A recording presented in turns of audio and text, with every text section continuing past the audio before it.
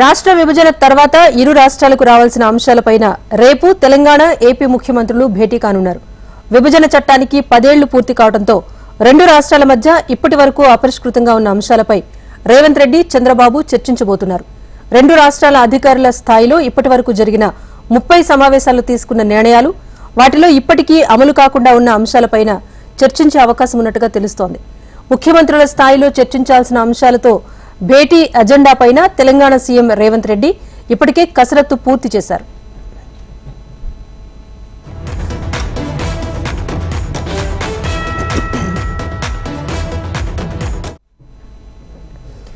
తెలుగు రాష్ట్రాల మధ్య అపరిష్కృతంగా ఉన్న సమస్యలపై చర్చించేందుకు ఇరు రాష్ట్రాల సీఎంలు ముందడుగు వేశారు. విభజన సమస్యలపై రేపు తెలంగాణ ప్రజాభవన్లో ఇరు రాష్ట్రాల ముఖ్యమంత్రులు సమావేశం కాబోతున్నారు. విభజన చట్టంలో పెండింగ్లో ఉన్న అంశాలేంటి, రెండు రాష్ట్రాల మధ్య జటిలమైన సమస్యలు ఏ అంశాల్లో ఉన్నాయి, వాటిని ఎలా సాధించుకోవాలనే దానిపై చర్చించబోతున్నారు. రాష్ట్ర విభజన తర్వాత ఏపీ సీఎంగా చంద్రబాబు, తెలంగాణ సీఎంగా కేసీఆర్తో రెండు రాష్ట్రాల మధ్య ఆస్తుల విభజనపైన చర్చలు జరిపారు. ఇరు రాష్ట్రాల మధ్య జరగాల్సిన సంప్రదింపులకు మధ్యలోనే బ్రేక్ పడింది. విభజన అంశాలపై 2017లో మంత్రుల కమిటీ ఏర్పాటు చేశారు. అనంతరం రాజ్భవన్లో అప్పటి గవర్నర్ నరసింహన్ సమక్షంలో ఒక మీటింగ్ జరిగింది. ఆ తర్వాత ఎలాంటి మీటింగ్స్ జరగలేదు. ఆ సమావేశంలో షెడ్యూల్ 9కు చెందిన 8 కుల సంఘాల సంస్థల విభజనకు ఇరు పక్షాలు అంగీకరించాయి. మిగిలిన అంశాలపైన ఇరు రాష్ట్రాలు ఏకాభిప్రాయానికి రాలేదు.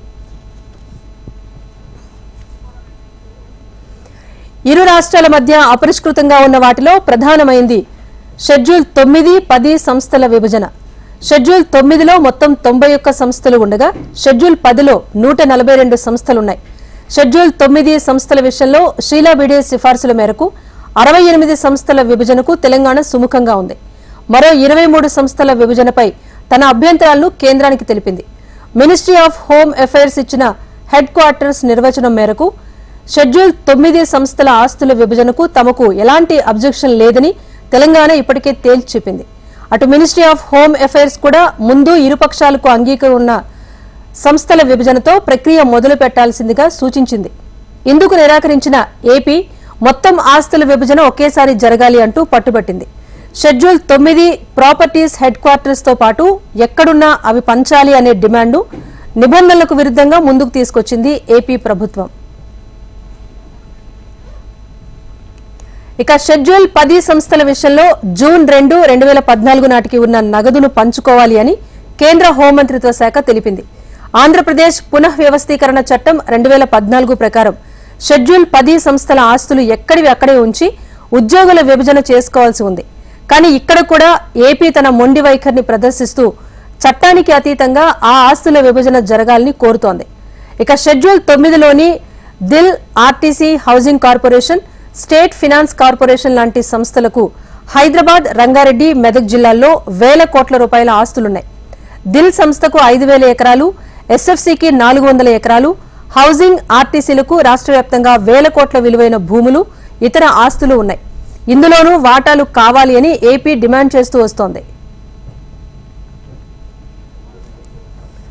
రాష్ట్ర విభజన తర్వాత ఆస్తుల పంపకాల కోసం కేంద్ర హోంశాఖ ఆధ్వర్యంలో దాదాపు 31 సమావేశాలు జరిగాయి.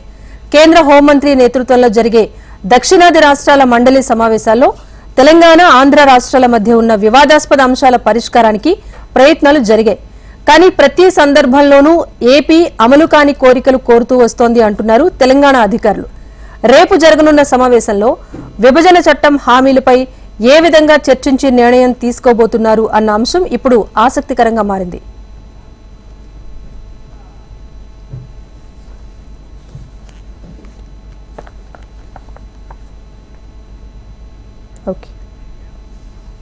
మొత్తానికి ఇరు రాష్ట్రాల ముఖ్యమంత్రులు భేటీ కాబోతున్న నేపథ్యంలో ఎలాంటి అంశాలు చర్చకొస్తాయనే ఆసక్తి అయితే అటు ఏపీ, ఇటు తెలంగాణలో కూడా కనిపిస్తోంది. ఇప్పటికైనా విభజన సమస్యలకు ఒక పరిష్కార దిశగా అడుగు పడుతుందని అందరూ అయితే ఆశిస్తున్నారు. మరి ఏపీ నుంచి అప్డేట్ మా ప్రతినిధి కాంతి అందిస్తారు, ఇక తెలంగాణ నుంచి ప్రవీణ్ అందిస్తారు. ముందుగా కాంతితో మాట్లాడదాం. కాంతి, చెప్పండి, ఇరు రాష్ట్రాల తెలుగు రాష్ట్రాల ముఖ్యమంత్రులు భేటీ కాబోతున్నారు రేపు. చాలా అంశాలకు సంబంధించి పరిష్కారం కూడా లభిస్తుందని జనం కూడా ఆశిస్తున్నారు.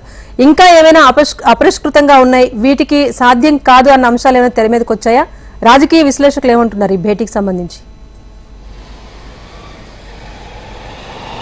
రాజేశ్వరి, ఆంధ్రప్రదేశ్ సీఎం అలాగే తెలంగాణ సీఎం ఇద్దరు సీఎంలు కూడా ఏదైతే విభజన హామీలు ఇప్పటి వరకు కూడా అమలు కాలేదో వాటిపైన ఇద్దరు సీఎంలు కూడా భేటీ అవుతూ ఉన్నారు. ఏదైతే షెడ్యూల్ 9, 10 ప్రకారం కొంత వాటాలు అనేవి ఇంకా కూడా ఆంధ్రప్రదేశ్కి రావాల్సి ఉంది అని అటు ఏపీ చెప్తూ ఉంటే, ఇటు తెలంగాణ నుంచి ఏదైతే ప్రజలు అంటే దేని ప్రాతిపదికనైతే ఈ విభజన అయితే జరిగిందో విభజనకు సంబంధించినంత వరకు కూడా అన్ని పంపకాలు కూడా చేపట్టారు. అలాగే ఆస్తులు, అప్పులు రెండు కూడా పంపకాలకి సంబంధించి గత 10 సంవత్సరాలుగా ఇప్పటి వరకు కూడా అయితే ఉమ్మడి రాజధానిగా హైదరాబాద్ ఉన్న నేపథ్యంలో ఇప్పుడు ఉమ్మడి రాజధానిగా హైదరాబాద్ కూడా లేదు. అయితే ఆ ప్రభుత్వ ఆస్తులకు సంబంధించినటువంటి పంపకాల విషయంలో కొంత ఇంకా క్లారిటీ రావాల్సి ఉంది. అలాగే నీరుకి సంబంధించి అలాగే విద్యుత్కి సంబంధించినటువంటి అంశాలలో చాలా సార్లు ఇటు ఆంధ్రప్రదేశ్ తెలంగాణ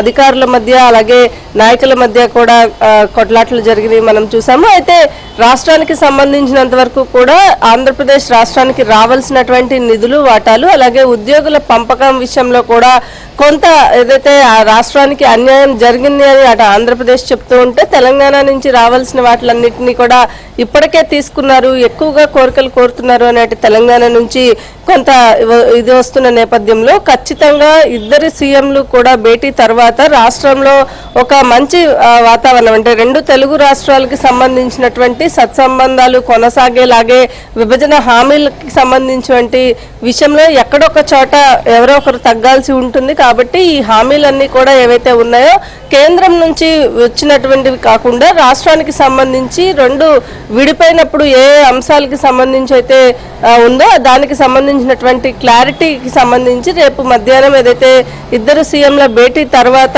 ఒక క్లారిటీ వచ్చే అవకాశం ఉంది అని చెప్పి రాజకీయ విశ్లేషకులు చెప్తూ ఉన్నారు. అయితే ఈ భేటీ తర్వాత అంటే ఇప్పటి వరకు 2014 నుంచి 19 వరకు చంద్రబాబు నాయుడు, 19 నుంచి 24 వరకు జగన్మోహన్ రెడ్డి సీఎంలుగా ఉన్నప్పటికీ కూడా ఇప్పటి వరకు పరిష్కృతం కాని సమస్యలు ఏవైతే ఉన్నాయో వాటిపైన ప్రధానంగా ఫోకస్ పెట్టే అవకాశం కనిపిస్తా ఉంది. అలాగే ఇద్దరు సీఎంలు కూడా నిన్న ఈరోజు ఢిల్లీలోనే కేంద్ర పెద్దలతోటి భేటీ జరిగిన నేపథ్యంలో రేపు జరిగేటువంటి ఆంధ్ర తెలంగాణకు సంబంధించినటువంటి సమస్యలపైన ఒక పరిష్కారం వచ్చే అవకాశం ఉన్నట్లుగా రాజకీయ విశ్లేషకులతో పాటుగా ప్రజలు కూడా ఎదురు చూస్తున్న పరిస్థితి అయితే ఉంది.